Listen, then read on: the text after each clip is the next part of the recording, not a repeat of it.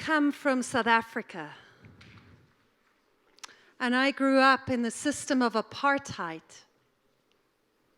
Apartheid is a word from my original language, Afrikaans, and means setting apart, being apart, and setting apart.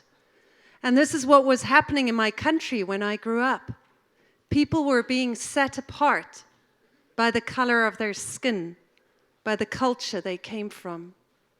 And on the surface, it seemed kind of normal that I was living in an all-white neighborhood and going to an all-white school. But within my body, something felt very, very uncomfortable, even as a child. And I started dreaming. I started having nightmares. I started asking uncomfortable questions to my parents, to my teachers. And it took me many years to really find out what was going on beneath the surface, what was going on in my country. And I turned into quite an angry youth. When I was a young adult, I'd moved to Amsterdam, and I was working for the anti-apartheid movement in Amsterdam. I also studied cultural anthropology and linguistics with a longing to learn how to bridge the gaps that we had created by the system of apartheid. And I'm not sure how much I really learned about that at university, to be honest. How to really build communication that bridges the gaps. But some of the insights that I did have were very valuable to me.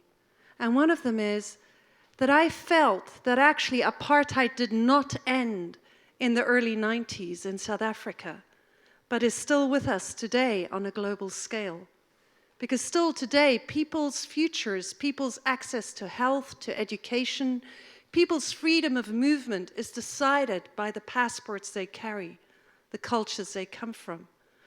And on a deeper level, we all, the mainstream society that we are a part of, set ourselves apart from the natural systems that we are so intricately connected to. Our global culture currently, in a way, is based on apartheid. The fear that there is not enough for everyone. The sense that if we would allow ourselves to fully feel our love for each other and for the planet, and really express that fully in the way that we live, we might not be able to survive. And I believe that this is what lies behind the current system, where we know that if we just keep on following the mainstream roads and the highways of our society, that we know we're moving to a cliff. We know climate change is happening. We know species death is happening right now and at a rapid pace.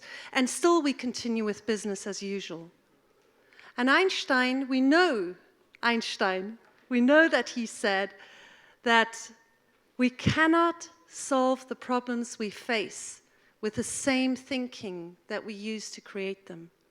So we need to change the ways we connect to the world, we connect to each other. And I believe we need to start moving into those gaps that we created between us and others, between us and the worlds around us. We need to start leaving the highways, the habits of our society. We need to start leaving business as usual and start traveling on the roads less traveled. Scientists have found that when we look at our nervous systems and we look at the information flow and the thoughts that flow through us, 98% of what is moving through us remains unconscious, usually. It doesn't have to stay that way. It can change. We can shift our awareness. Like right now, you could take a moment to connect to your breath. And you'll probably feel that you hadn't noticed your breath a second ago.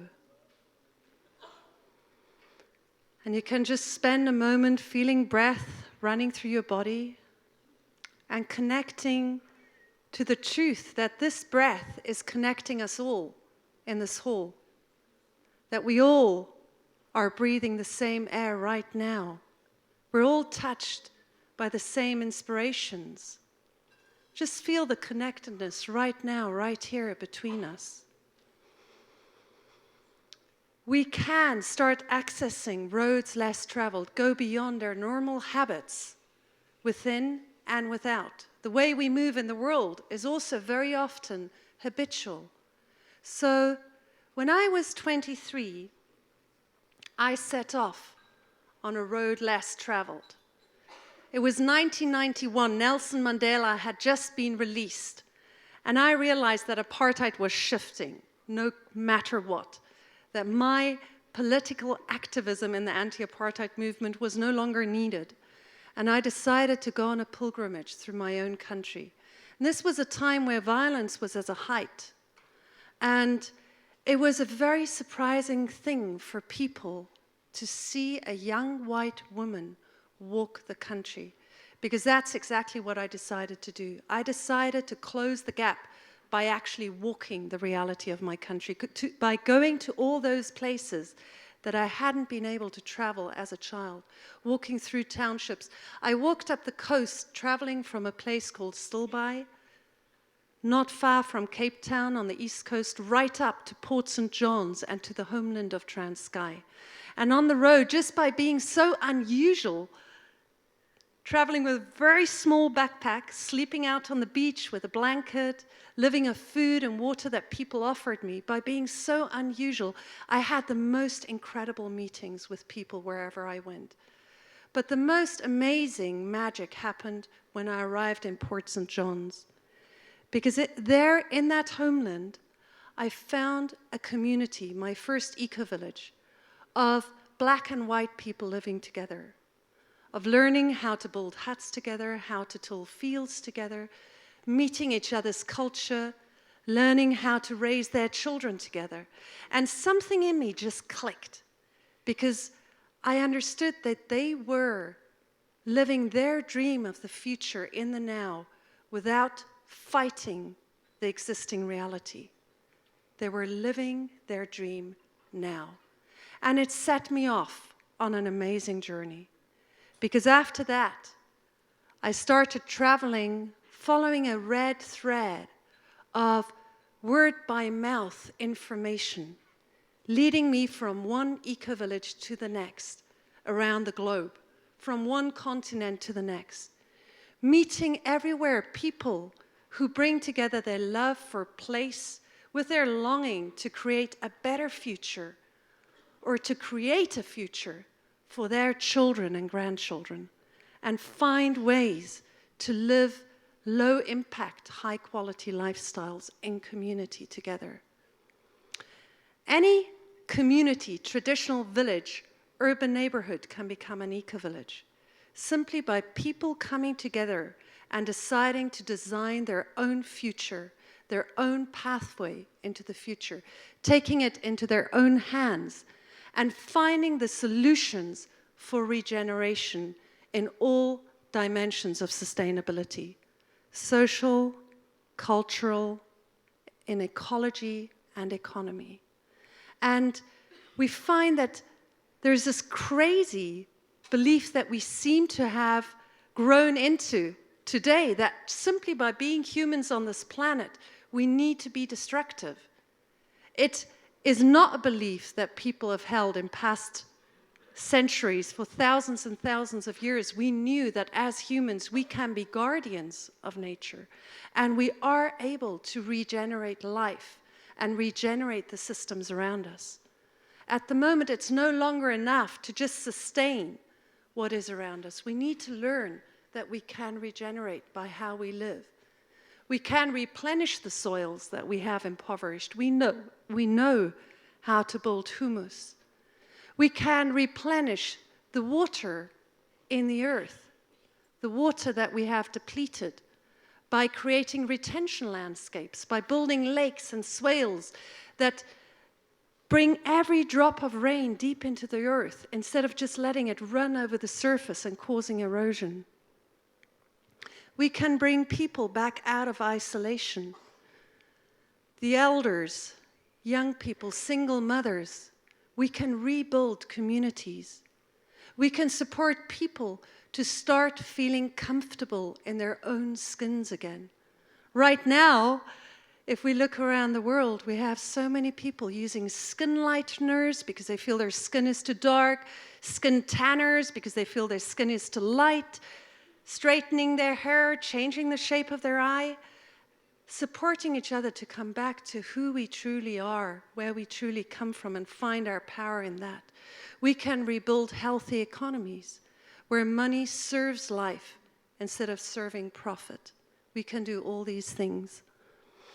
And as a young mother moving into ecovillages, living in ecovillages, I found that the luxurious simplicity of living such a life is healing to the heart. Like knowing where the food comes from that I feed my children, knowing where the water comes from, knowing that there's a closed water cycle, knowing where my waste is going, understanding how my energy is being created, having a safe environment that my children can roam in, where there are other adults who can become their friends and their support people, not just me. It's wonderful to live that way, knowing that as a community, we are responsible for our commons. We own the land together. We take care of the woods together. All these are very precious things. I think at the core of it is really the value that it has to know that with my lifestyle, I am currently part of the solution, not part of the problem. And this is what ecovillages have become the world over. They've become demonstration sites for solutions. Demonstration sites where people can go and learn. And currently, the ecovillage movement has grown beyond small, hidden places at the back end of roads less traveled. Because by now we're reaching out to at least 10,000 communities, ecovillages worldwide, in more than 100 countries.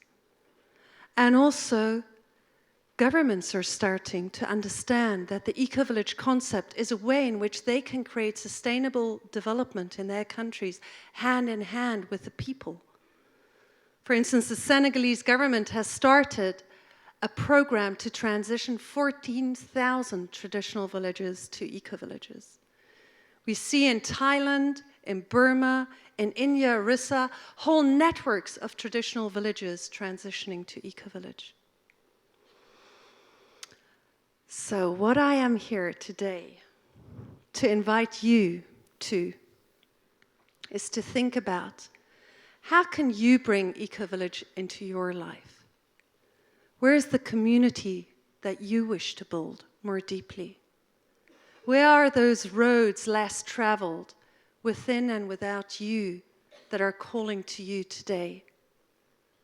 Maybe in the social, there are people that you've been wanting to speak to more honestly, more deeply than you have done.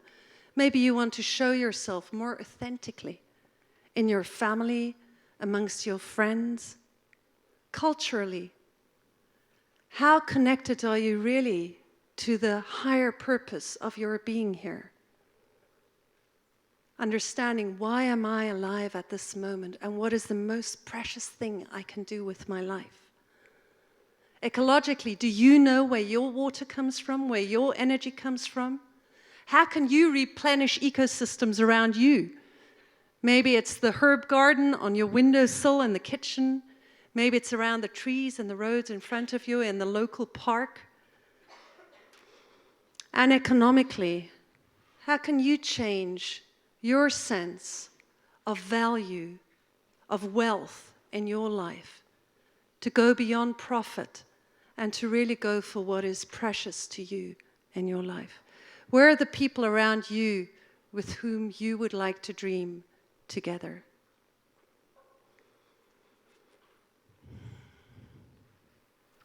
Another world is not only possible, she is on her way. On a quiet day, I can hear her breathing. We can hear her breathing.